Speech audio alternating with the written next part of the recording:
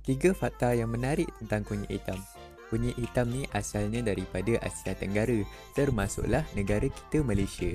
Tumbuhan ini mempunyai sejarah panjang dalam perubatan tradisional melebihi 3,000 tahun. Fakta yang kedua, kunyit hitam mengandungi bahan bioaktif dipanggil curcumin. Ianilah yang bagi warna gelap pada kunyit dan memiliki sifat anti radang dan antioksida. Fakta yang ketiga, curcumin ini juga dapat menjaga kita punya kulit menjadi ejen anti penuaan untuk kelihatan lebih muda dan bertenaga. Sebab itulah kopi Bayani menjadikan kunyit hitam sebagai bahan utama dalam kopi. Bagus untuk mereka yang ada penyakit 3 serangkai, darah tinggi, kencing manis dan kolesterol.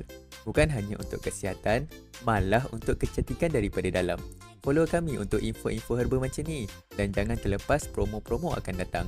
Grab sebelum terlambat. 10 khasiat kunyit hitam yang anda perlu tahu. 1. Kesan antioksida. 2. Kesan anti radang.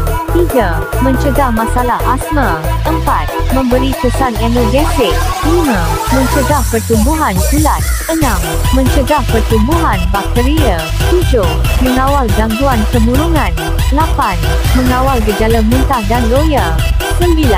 Mencegah ulcer perut. 10. Mencegah cacing. மறையது நட்பு உள்வெட் பொழுதும் கேவல் நமக்கே வேலையை ஓட்ட பேக்கா பிறகு மோதாதே வீணா பலர் வந்து இங்கு இப்ப காணா போனா